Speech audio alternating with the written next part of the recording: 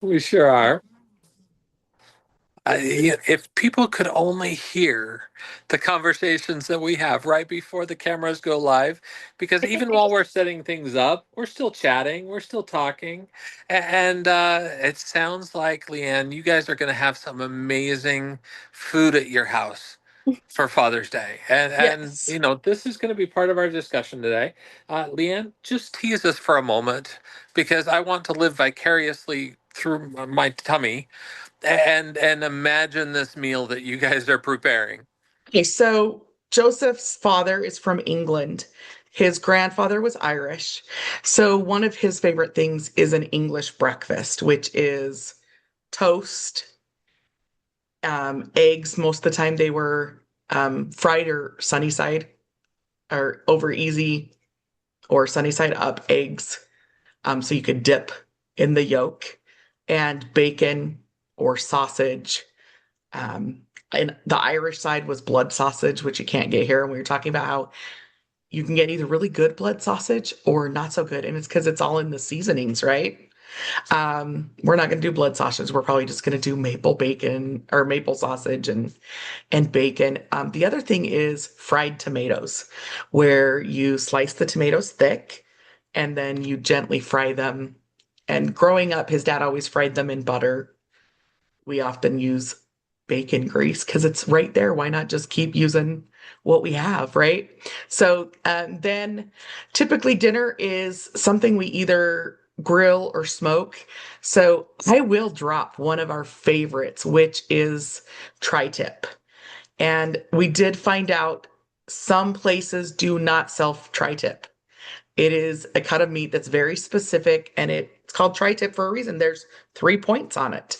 So you marinate it and we do, Ronay, we've changed it up since you were here. Joseph likes to, Oh. because people, well, this is why. Because everybody likes the edges, because that's where the most flavor is. So we cut the tri-tip into 3 strips. So you'll have a really long strip and then shorter and then shorter. But that gives more edges that have that solid marinade. And then you do cook it to barely medium rare because It's it's more tender when it's just seared. So you marinate it, you smoke it a little bit to get that smell in there, and then you sear it. So that's our process of it. I think the recipe is basically just the grill method because a lot of people don't have smokers and grills. So I will find that recipe. There's also other meats in there that you can look at doing for Father's Day. But awesome. yeah, that tri So tip we love doing with salad and then either a potato or a homemade bread. you're It's making me literally, hungry. it's literally whenever I'm going to go visit Leanne and they're like, "What meal do you want?" I'm like, tri-tip, Tri tip. please." So why are we talking about fathers? Well, Father's Day is coming up, and this was part of our discussion. So let me just introduce myself. I'm Jared. I'm here today with Leanne and Ronay. These two amazing women are two of my best friends. And we get to talk about some of these relevant topics. And this is our weekly Wellness Wednesday. And I mean, how does fathers fit into this discussion of wellness? And I think that that's part of what we were also discussing today, because I know fathers, for some people, can be triggers, that idea of fathers and that person in our lives. For me, this morning I had an opportunity to spend the whole morning and first part of the into the afternoon with my grandson, and I had a really powerful connection to this feeling of understanding how it felt for my grandfather to be around me. And I've lost my grandfather, 10 years ago. And so it was kind of raw. And if you were looking at me in the eyes at that moment, you might say, Jared, are you getting teary eyed?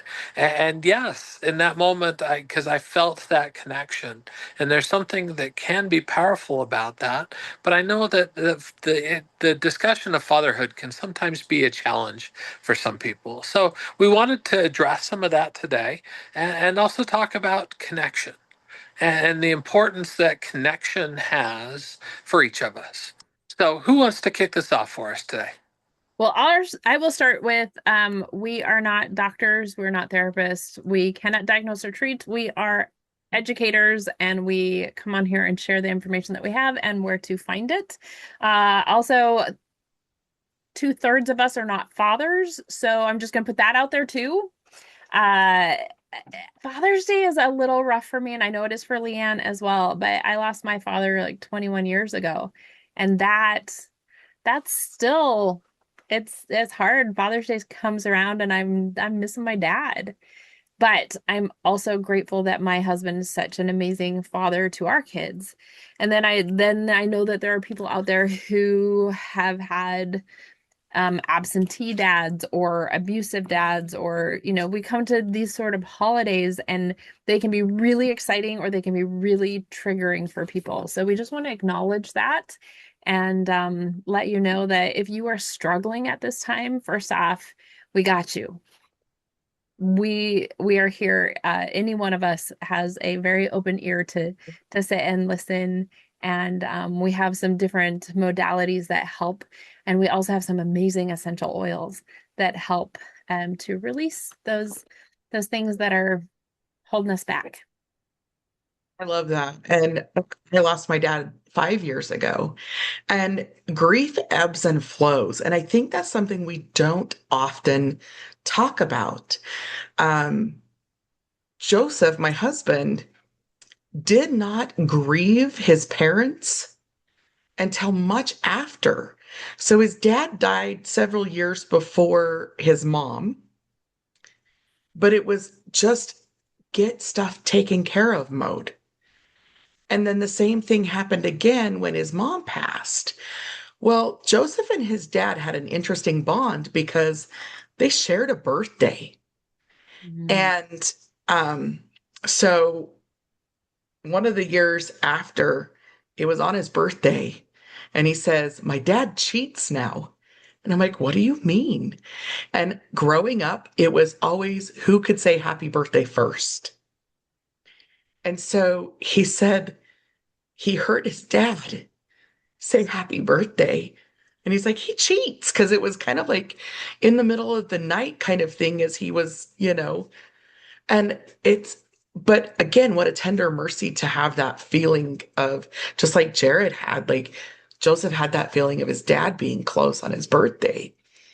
But then he really struggled and didn't realize he had never totally processed grief, never really went through all the emotions of his dad no longer being here.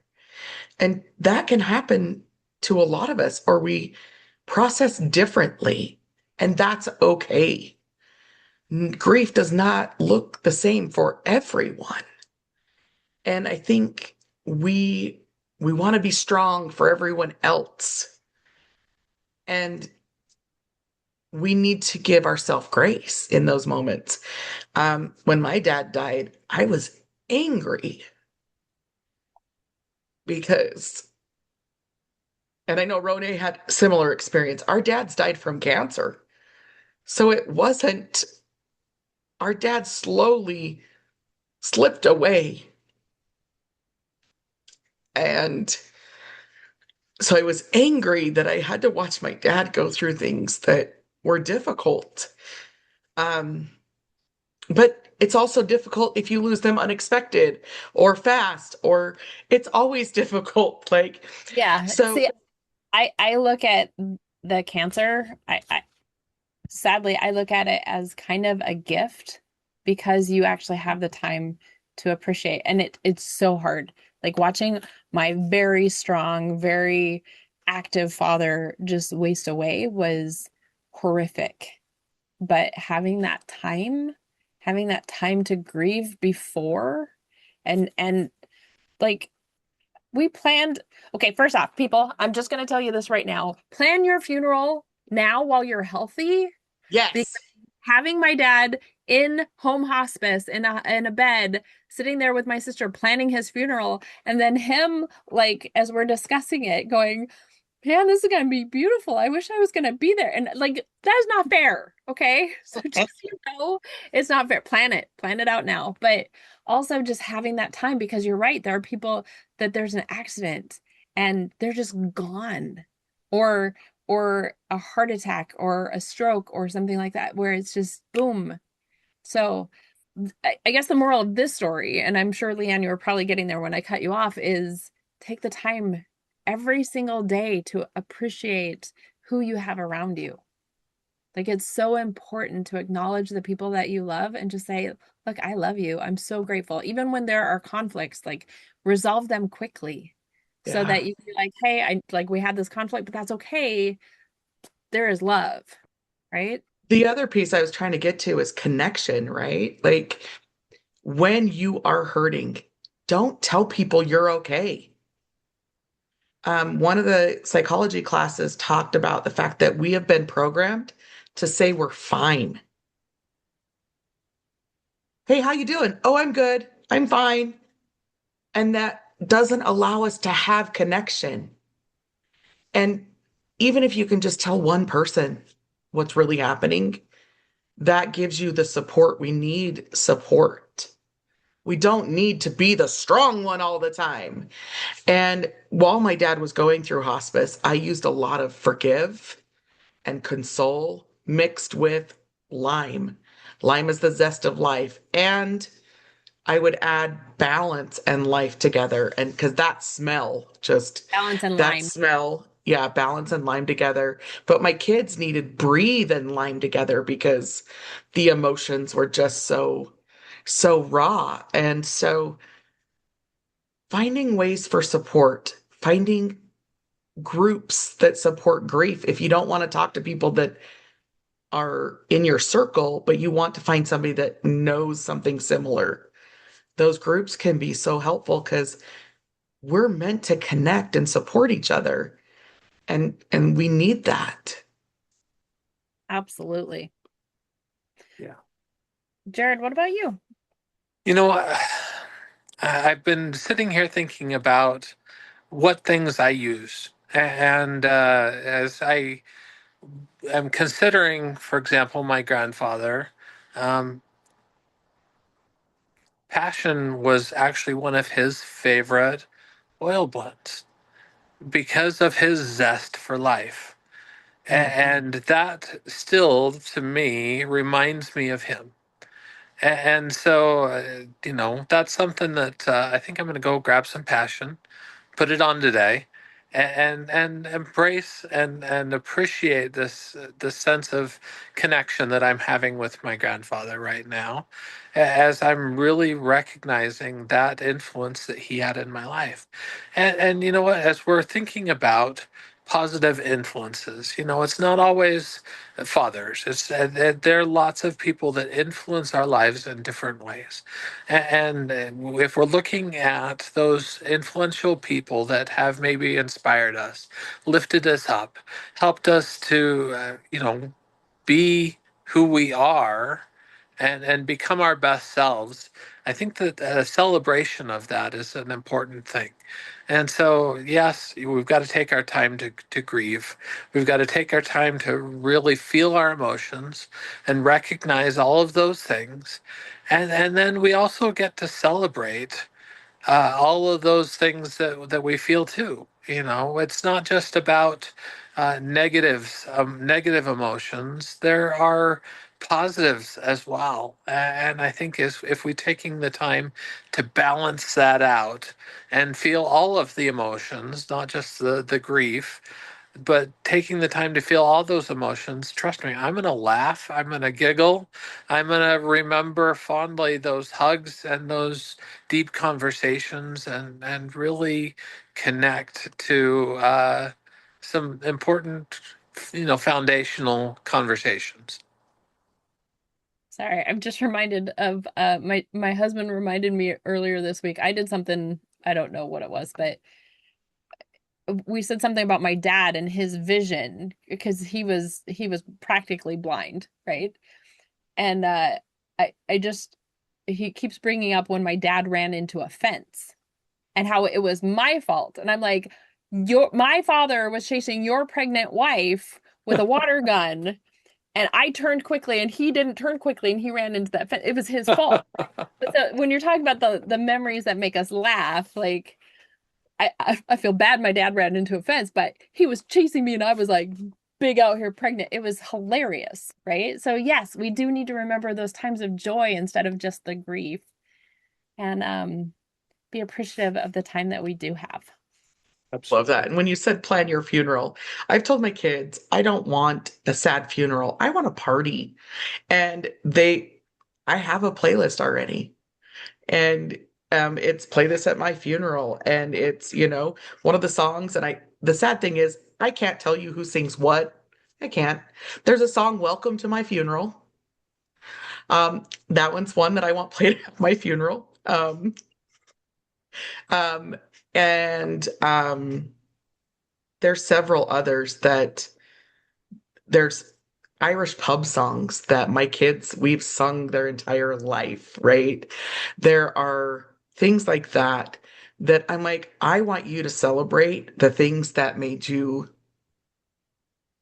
love me, the things that but made you laugh and the made that those things. Throw a barbecue, like all those things, do those things and celebrate rather than you can cry. That's fine. You can cry, but don't stay in the grief. Stay in the celebration.